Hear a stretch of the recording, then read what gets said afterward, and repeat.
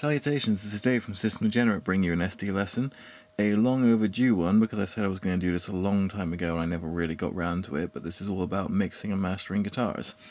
Now, I'm specifically doing one here on using software guitar rigs at the moment because if you have budgetary constraints or you don't have the space or whatever, I'll just give you an example of why I do not have space. Yeah. Good luck fitting a load of amplifier stuff in here, so that's not going to happen. But yeah, basically I'm going to ramble here and I'm going to talk like I know what I'm talking about. By all means, pretend that I do. All I've basically done right now is I've just recorded a DI for a track and I've not put any effects on it or anything.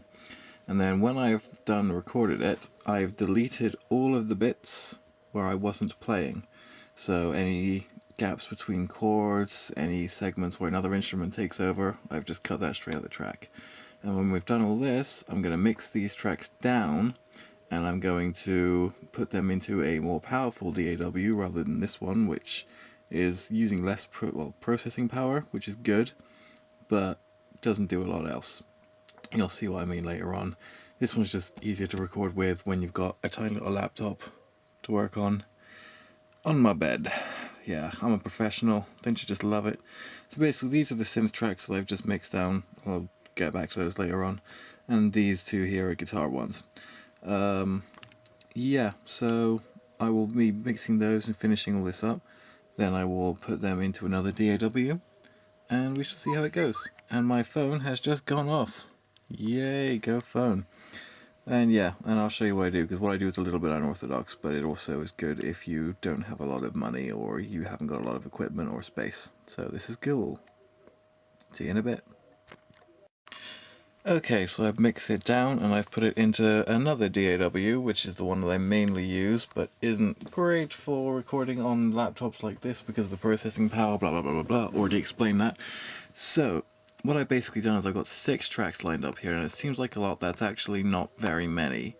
You could use 6 tracks for one guitar. I use it for 2, although I've only recorded 1 here because it's the sake of the song, whatever. I don't know. I'm not going to actually play the whole thing to you because it's a new one. It's a new one. It's a new song.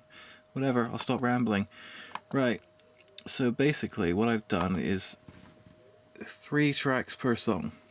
Well, per guitar thing, you know what I mean. It's 3 tracks per guitar take, that's the word I was looking for. And I don't really want to show you the actual settings I've used in the guitar software, but essentially what this top one is, this is a overdriven amp into a matching speaker cab with a overdrive, boosting an overdrive on the amp into a distortion, if that makes any sense. Now the second one is the same as the first one, but that one has got a different cab, so it has a slightly different sound. And then the third one is essentially a distortion going into the clean channel, and that one is lower in the mix than the other two. But the other two are panned into left and right speakers. And my phone has just gone off again. Sorry about that. This is what's happening. So basically the 3 of them together sounds like this.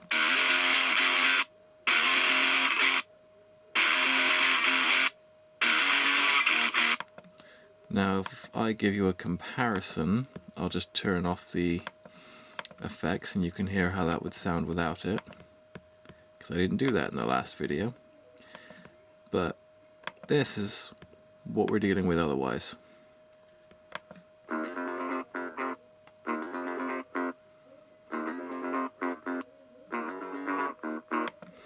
So there you have it. Now as for the other guitar track, what I've done is, sorry, I'm just quickly turning this back on because I am actually going to use these takes for something.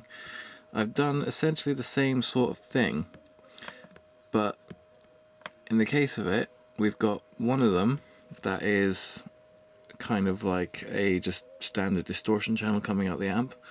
One of them is similar to the other two but with a different cab once again. And this third one is a much cleaner sounding amp with a distortion pedal, but again, lower in the mix. And that's also panned. And they sound a little something like this, if you will give me a few moments to try and navigate my way around this thing. Oh, it just scrolled down when it was supposed to scroll up. Yay, technology, doing what I want it to do. Doesn't ever do what I want it to do, whatever.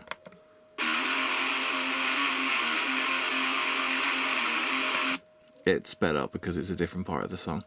But all 6 of them together sound like this.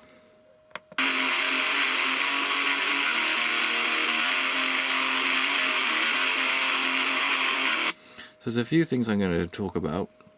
One, make sure it's not clipping. That was clipping a little bit, but I will obviously reduce the volume when I need to in a minute when I get around to mixing these down. 2, make sure there's not too much air on the track. You want a little bit of air on the track because it makes it sound natural, but make sure there's not so much that all you get is a horrible hissing sound over the top of the playing. And 3, make sure there's plenty of mid in the guitar tone. Don't scoop your mids like an idiot, because only idiots do that because they're trying to be something that they're not. Even Metallica have mid in their tone. It's contrary to popular belief. If you do that, then you'll have lots and lots of coming through the mix and sounding good. If you don't do that, you're going to sound terrible. Anyway, enough rambling. I'm going to mix these down, and then I'm going to put them into another track once again, and I'll show you what I will do then. Okay, so I've done that now. This is a new file. This is the actual track with all the synths and everything. So now the guitar stuff looks like it's only taking up 1 track, but as I previously explained, there is about 3 tracks per track, if that makes any sense. Just put my phone on silent there.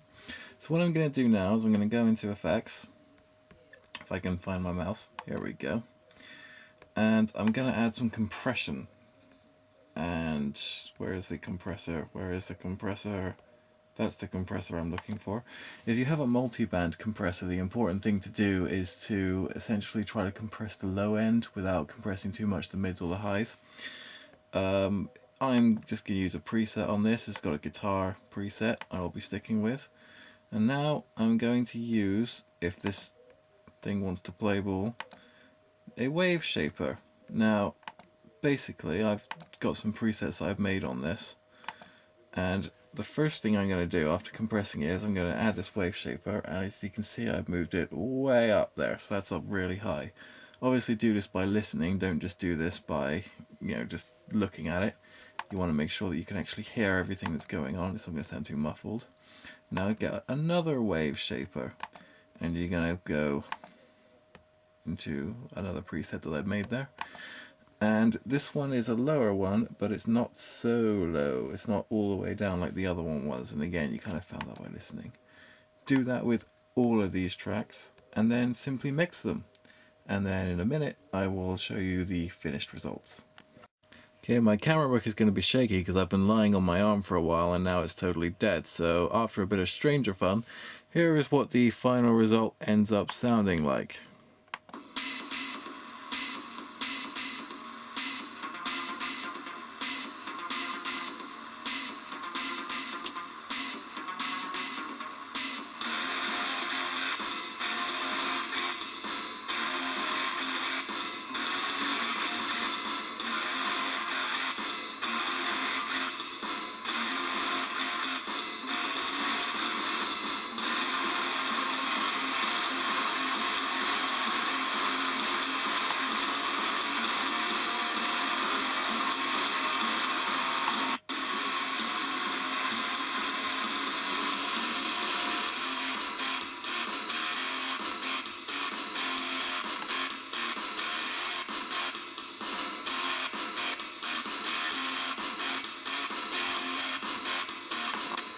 And that's enough of a taster of the new album you're going to be getting, but hey, this is how I go about recording guitars with just guitar software and no actual guitar rigs, which is kind of a shame, but hey, they will be done at some point when I have the facilities to do so.